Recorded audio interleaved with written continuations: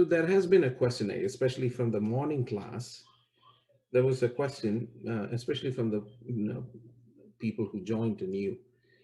And so I thought it may be good to repeat this in this evening class also, as to what is the purpose of looking at the news and why should we look at the news. Now, the purpose of looking at what is going on around is not just, for the sake of knowing what it is, but to understand the times. Our Lord clearly says to understand the times that we live in. And in understanding the times, we will be able to know in the grand scheme of events, in the scale of events, or in the timetable of events where we are. 200 years back, or even 100 years back, the idea of a Jewish nation was a surprising thing because there was no hope for a Jewish nation. But today, that is not the case. Some of us were born after the Jewish nation was formed. And so for us, right from our birth, we have always heard about in Israel, a nation called Israel. But that was not the case. If you look at the old songs, Malayalam songs especially, there's one song that asks the question, are you waiting for the people of Judah, which is the Jews, to be gathered for your coming? Lord, why is your coming delayed? Are you waiting for the Jewish people to gather together? It's a famous Malayalam song, Kanda and Varavina Thamsamenda, which means the songwriter then did not see the Jewish nation formed, or there was, in those days, there was the argument for a Jewish nation, especially during the reign of the British Empire. But the Jewish nation was not a reality. It came to be a reality after the Second World War. So understanding the times will give us the ability to know where we are in that timetable of events which the Lord has specifically spoken. He specifically told his disciples that there are certain things that should happen, without which his coming will not happen. Even 2 Thessalonians chapter 2, Paul clearly says two things should happen. Number one, falling away. Number two, the revelation of the Antichrist, or the man of perdition. So these are milestones that we look at. And in this class, especially, what we are trying to do is basically look at the times and understand where we are. Now, some of the weeks it may be, a little bit of repetitive, because the events are like Jesus himself said in teaching his disciples. He said it will be like birth pangs. You will have a concentration of events at one time, then there will be a gap before which the next set of events, or a stronger event would happen. So in between two grand, just like when the mother is going through a birth pang, there is a gap between two birth pangs. And the time in between would look like a lull, everything is okay, everything is happening fine. And we may think in that way, thinking that, it's just as usual. And that is dangerous. To think in that way is dangerous. And I think I have described my experience, especially when Julian was giving birth to Tabitha. So initially I thought, it's going to happen in the next hour.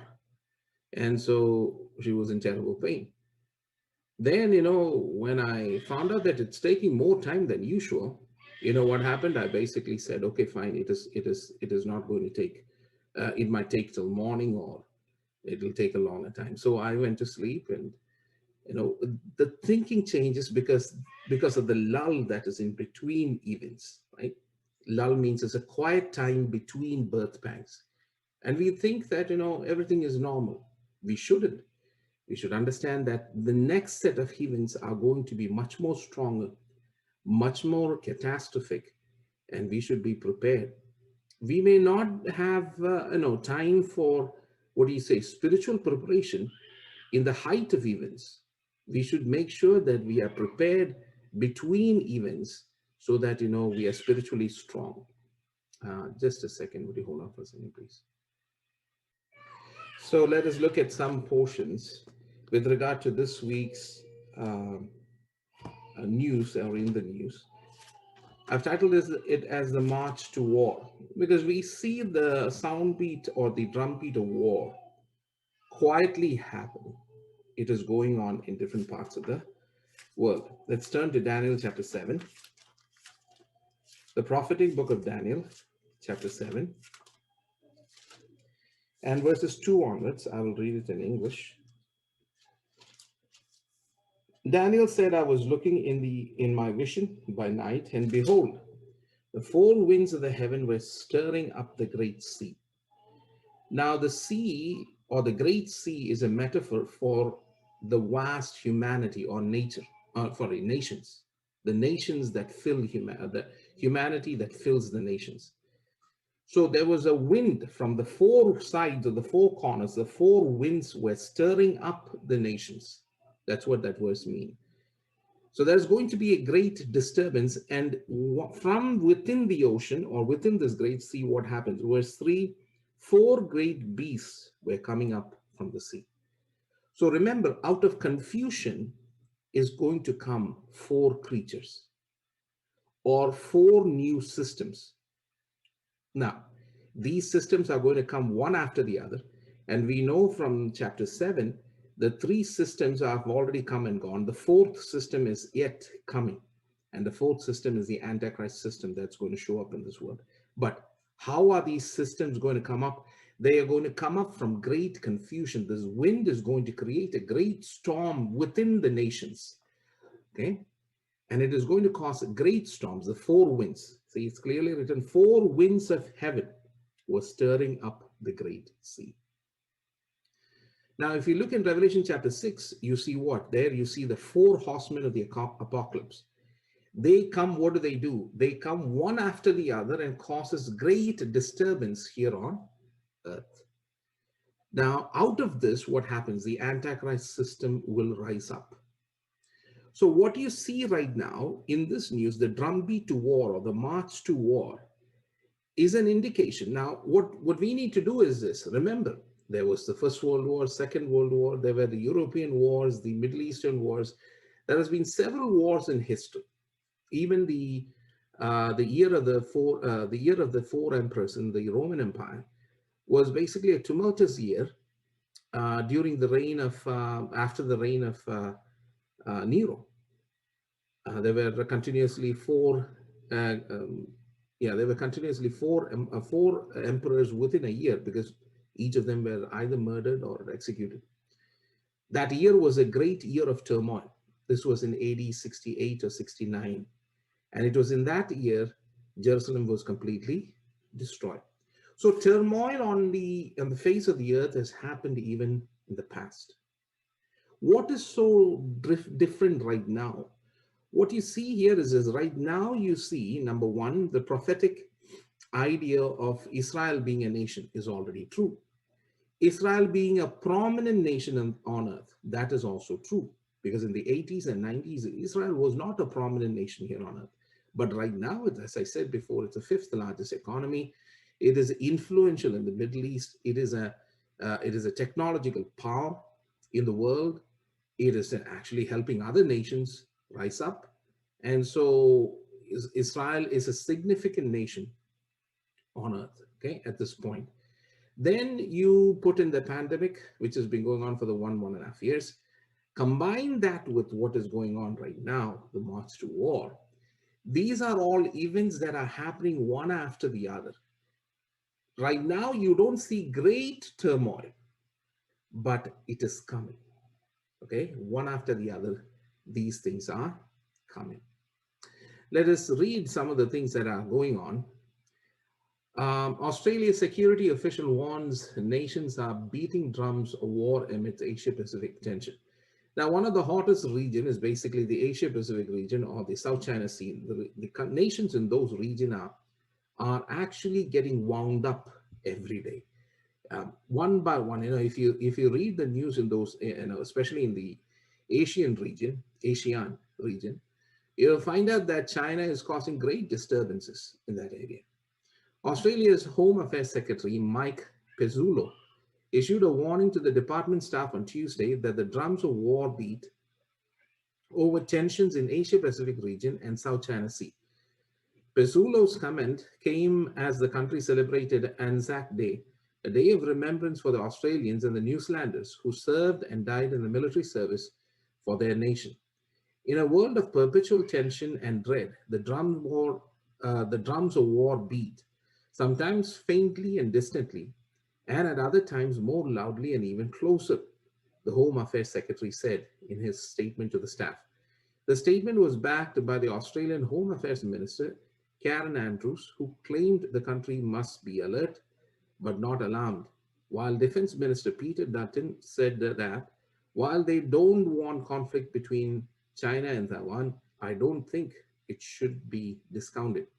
What they are saying is this, that there is a serious, even today, right now this news was probably a week old, but even today, right now, if you put your ears to the South China Sea and hear what other countries in those regions say, they are seriously, they are seriously awaiting the the taking over of Taiwan. Now, nobody is saying it will happen, but all countries are preparing for it, and that's the important thing here.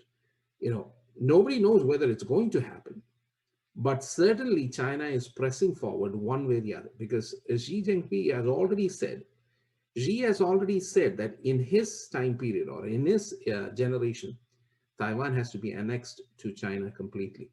So that is what they're trying to do. American rulers right now, the American administration is not very strong. And so they are taking this time to accomplish some of these things. Pandemic crisis, anyone? 2020 global military spending reached the highest level in decades despite the economic woes, report finds. Now, this was a news that was even read during the conference. Governments around the world have increased their military spending to a level not seen since 1988, despite their economy suffering during the pandemic. A fresh study has said, adding that the US was ahead of the curve again. Back in 2020, nations all over the world have been struggling to support their economies through the times of hardship and lockdown caused by the onslaught of COVID-19. Those efforts apparently did not prevent them from spending more money on military than ever before in more than 3 decades. Since the 1980s, okay, countries have not spent this much money on weapons. But in 2020, many countries, I think most of the world, was preparing for war, or they accumulated weapons to themselves. That is what this report is saying. Remember, in one of the prophetic books, God clearly says, or the prophet clearly says, you will actually turn the pruning hooks to war, to sword. That's the first thing. Okay, pruning hooks are basically for what? For agricultural purposes, for pruning, for harvesting. So initially, they will convert the pruning hooks into swords. But in the millennium, when Jesus Christ is going to reign, the prophet says they will what? They will convert the swords to pruning hooks. Right now, what is happening? The nations are spending, instead of spending money on protecting protecting its population and providing food and clothing, nations are actually spending money on weapons. They are converting their pruning hooks. Instead of spending money on pruning hooks, they are spending money on sword. But this is exactly what the prophets have said, and that's what you see right now. But in the millennium, the opposite is going to happen. They are basically going to beat their their swords into pruning hooks, because that is the only way peace is going to come here on earth. When Jesus, the Savior, okay, when Jesus, the peacemaker, when he comes to rule the earth, that is when there is going to be global peace. Till then, man is trying to trying to bring peace by putting other people into great fear, or other nations into great fear. And that's why you need all these weapons. Why do you need all these weapons? Because a stronger nation seem to give peace, or that is what they say. So anyways, nations are all getting prepared and with all this expenditure on warfare. Now, this happened in Paris, or basically in France. More than half of the French people support generals' warning that France is disintegrating, hurling towards a civil war, polls show. Now, there were about 20 generals, ex-generals in France, French generals, ex-generals. They sent a letter to Emmanuel Macron, telling him that the country is disintegrating into a civil war, or it will pretty soon if he doesn't take adequate action. A warning by a retired general that France is disintegrating and risks civil war as Islamist detached swath of the nation is far from a fringe view. In fact, a new poll shows 58% of the French people support the call to honor. What is happening is this: the Islamists, or basically the Muslim communities, they are trying to carve a portion for themselves within France. So there are autonomous regions within France itself, which the Muslims, or basically the Middle Eastern Arabs, or the Muslims, or the Islamists, you can, not all Muslims, but the Islamists have taken over certain regions of the French cities and French, counties for themselves. Their French police cannot go, civil leaders cannot go. These are zones, autonomous zones, that have become purely under the control of Islamists. Now, right now, it is not fully under the control, but the Islamists are trying to take control over it. And that's what these generals are warning, that if this is going to go on, there is going to be great rebellion within France, and the French people are going to rise up. The LCI TV poll conducted by Harris Interactive suggests that French people are with the 20 retired generals who wrote this letter to Macron. The hour is grave, the letter said. France is in peril. The former generals urge Macron and other leaders to find needed courage to eradicate these dangers, warning that otherwise civil war could end the growing chaos. The signatories added that Macron would be responsible for thousands of deaths if he procrastinates.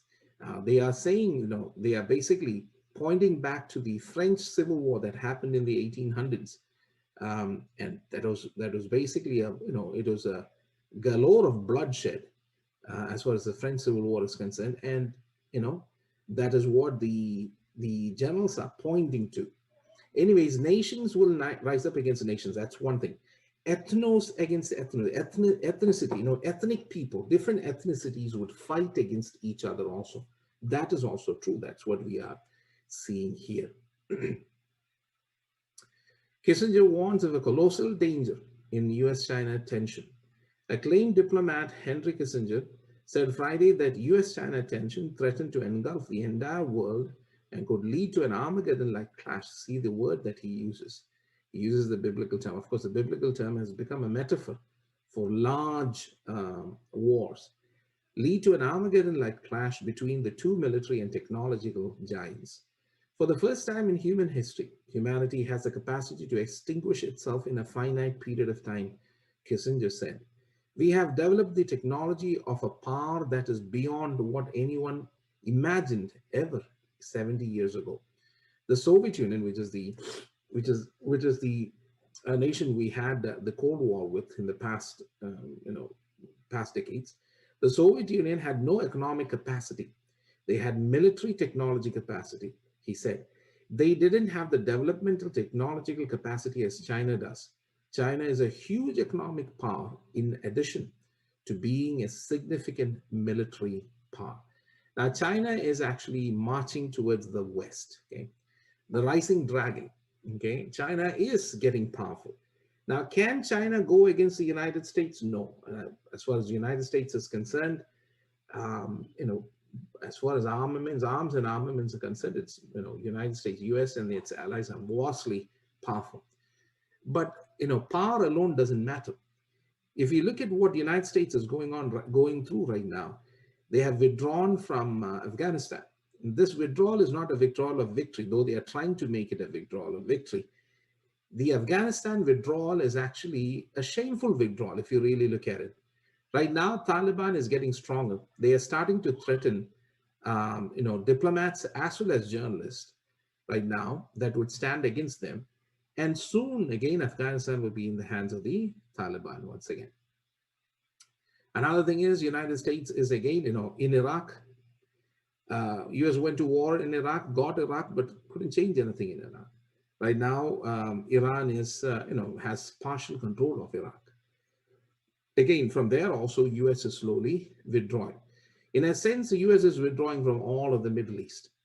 I think there was a general's testimony in the Congress, which basically said that America can no longer, in short, okay, this is a paraphrase, America would no longer be able to stay in the Middle East without being hurt, which is, because America is pretty much exposed in the in the Middle East, and American people do not want any more dead bodies coming back. Number one. Number two, it doesn't want to spend any more money because we already are money strapped. We don't want to spend any more money in these wars. So America is slowly withdrawing from the world. Now, actually, of course, actively America is involved in the South China Sea with China. But on the other hand, you see another power, which is China, rising up slowly but steadily. China is quoting the Middle Eastern nations on Xinjiang. Xinjiang is where they are persecuting the Uyghurs. And the previous administration made the Muslim Uyghurs, as I said before, they are gathering Uyghurs up into camps, and they are persecuting them severely, exterminating them. These are Muslim Chinese. They are, in short, exterminating them. But the world is not able to do anything. But China is playing politics. Now, Pakistani authorities have basically said, China is not doing anything wrong. They are standing with China. And so if the Muslims are going to stand with China, then West do not have a say. It looks like it. China's deep-sea motivations for claiming sovereignty over the South China Sea, it's because of the rare earth minerals crucial to China's tech ambitions. And so China is very active in the oceans, and they are trying to get things that is not theirs, or trying to capture things for themselves. Russia turns to China to make Sputnik shots to meet demand. China is, as you know, is basically the one of the technology, probably after United States, it's basically a manufacturing power in this world. Even Russia, developed countries they approach China to help them out. China's port building plans are more complex than conventional wisdom suggests. This news is important because whoever controls the ocean, the nation that controls the ocean controls the world. That is how it has been all throughout human history. The Greeks were good at their naval. The Greeks' navy was a good navy, so they ruled the Mediterranean and the region surrounding Mediterranean. The Persians were not very good navally, and because of that, they lost to Greeks, and Greeks later overpowered the Persians. One of the things with Britain, Britannia rules the world, or rules the oceans. But why? Because Britain's navy was a powerful navy. And as long as their navy was powerful, they ruled the world. They were able to project their power in different parts of the world. So China understands this. United States is the same thing too. United States right now rule the oceans, and therefore they rule the world. Now, China understanding this, what are they trying to do? They are trying to, take over ports in different parts of the world. For example, in Sri Lanka, in Australia, they manage and they fund ports.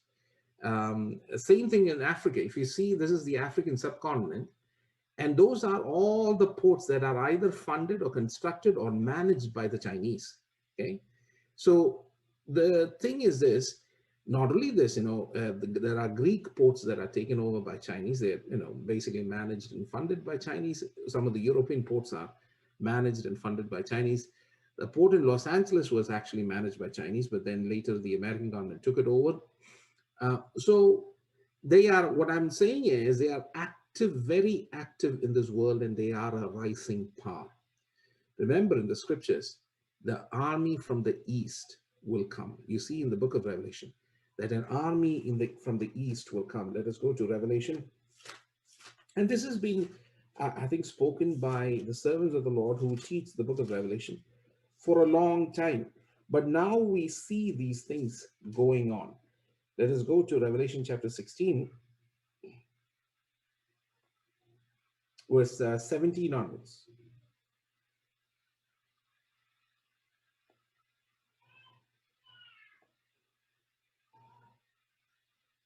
Oh, okay, sorry. Verse 11 onwards. Let's read from verse 10 onwards. Revelation chapter 16, verse 10 onwards. Then the fifth angel poured out his bowl on the throne of the beast and his kingdom became darkened, and they gnawed their tongues because of pain. And they blasphemed the God of heaven because of their pains and their sores, and they did not repent of their deeds. Now, verse 12.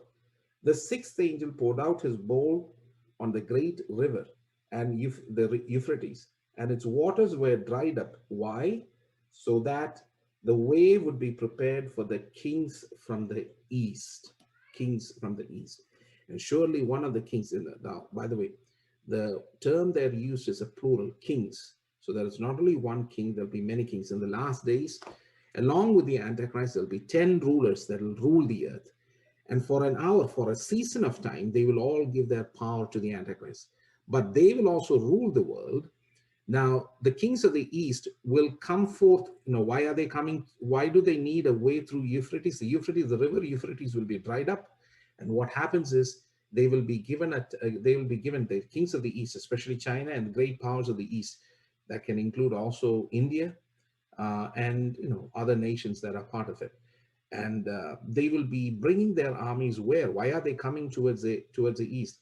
They are going to join the Antichrist army and come against Israel, or basically come against Jerusalem, because they know Jesus Christ is going to come on Mount Olive. So you see these kings rising up. Okay, Xi, the present ruler of China, he is rising up, and he's actually a permanent ruler. He's a lifetime ruler right now. Till his death, he is going to be the ruler of China, which means that these are powerful men that control a large nation. Okay, but about 2 billion people. It's not a simple thing. They know how to control 2 billion people. If you can control 2 billion people, it is just a multiplication factor to control 6 or 7 billion people. Okay, they know, the Chinese administration know how to control large number of people. And so the Chinese administration, in a sense, would be a footprint. It would be a footprint, or it would be some sort of a template for the Antichrist to rule over the world. So these rulers are, especially the rise of China, is an important matter with respect to the prophetic events that are happening. The drum beat to war, and it is truly a fact that we have to deal with. Now, when you see these things, as the Lord said, when you see these things happening, do not be afraid. Raise up your head and be glad and rejoice, for your salvation draweth near. So when we look at these things, it is not for the purpose of getting, getting afraid. It is not for that purpose these matters are said. It is to basically understand whatever is written in the scriptures is happening, and the time of his coming is nearing. We don't know when, but we know that it is very near. May the Lord bless us with these words.